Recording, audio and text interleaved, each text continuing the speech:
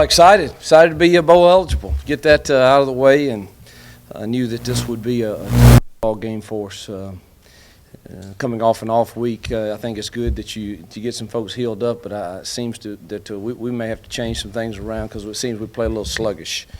That's kind of what I felt like today, but a great sign and for our program in year two is that we're able to win an SEC football game when we may not play our best. Thought there was some really good plays today, and then some that we made it much harder on ourselves, particularly defensively at times.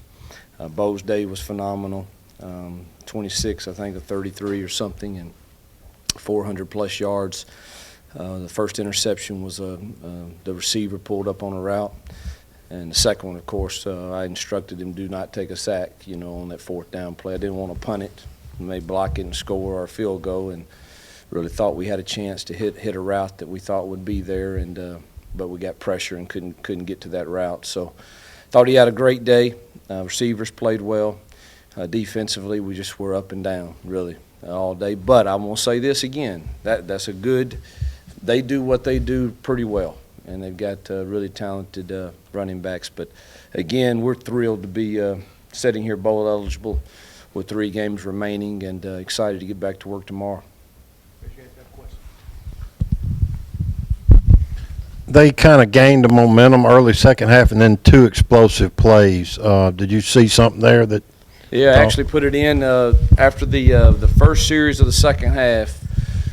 Told the guys to get over there and draw one up in the dirt kind of, and that's the Jameis touchdown.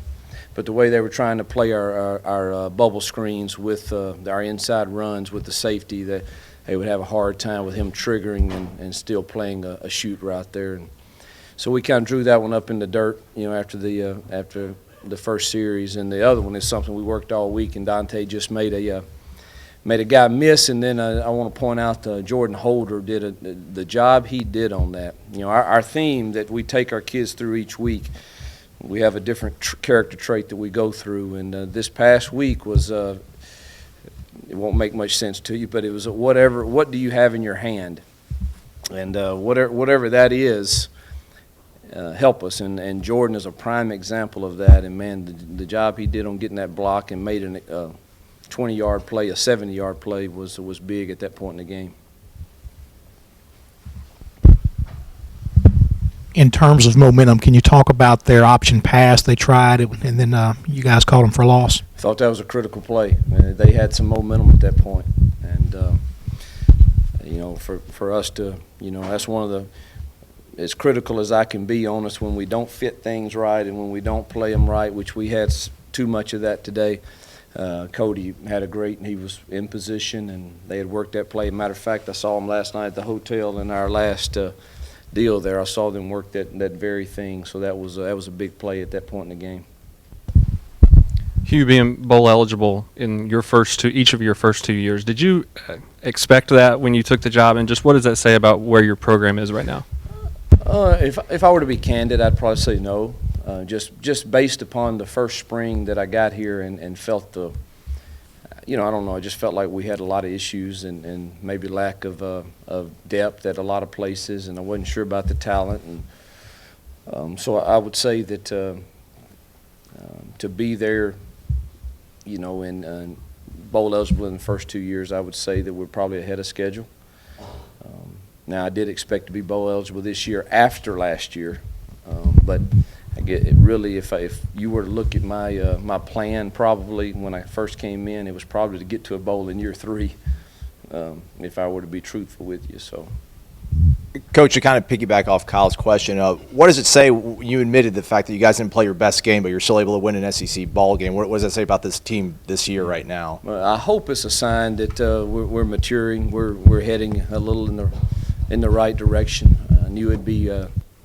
We're still young at a lot of places, and it shows maybe in the maturity. And we played 8 straight night games, and I don't know why, but I was so uptight about this 6 a.m. wake up and get on a bus from Tupelo and get here and play an early game. I loved it because we'll be able to go see our families and stuff this afternoon. But I was concerned about how we would react, and I did. And again, I can make something be true in my mind if I believe it could be that way, and it could be me, but felt like we were a little, just maybe didn't have quite the energy early on in it, and even really throughout the whole game. But that could be me. But to say all that and still win the game, I do think it means we're headed in the right direction. Hugh, just talk about the contributions that you've gotten from your Memphis kids. Memphis kids are playing well. I thought Dotson had some good runs today, and of course Jalen's been very, very solid in Jeff's absence. So we're thrilled with those kids and what they're doing and the future with those guys. And Barry Bernetti had a great game today. Now, I don't know what his past stats were, but he was efficient with his throwing. We took a shot play with him. He did exactly what he needed to do and delivered the ball out of bounds, and thought he made some good runs too. So real proud of those Memphis kids. I missed the play where Robert got ejected. What happened there, and what's the ruling moving forward? I don't know.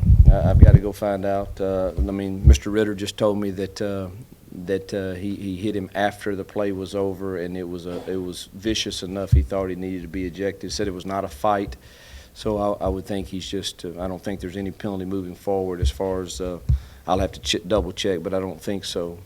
We'll look at it on tape, and there'll probably be something within here that will get corrected, hopefully. But those are the type of penalties. I don't mind mistakes, and our motto is you don't blink and you move forward and you play the next play, but you don't do a selfish act that hurts our football team. And we'll love on him, but make sure he understands that. Hugh, have you seen a situation like this before where you have 4 wide receivers that can all make the big catch in traffic and it all be the guy that Bo is looking to drive? Not at this level.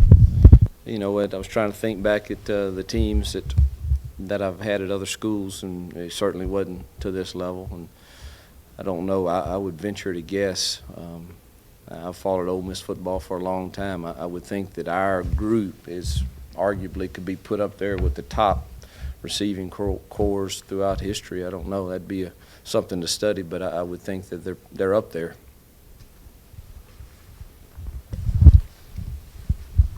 Hate to bring up a negative in a win, but all the false starts, was that part of the sluggishness, or was Arkansas barking your signals? Well, I thought we had 3. Is that right, or maybe more? But I think it was 3. We had 3 false starts. 2 of them were absolute, just shouldn't happen. One of them, I thought the defense made Pierce jump, but that's the 3 I remember. Any other questions?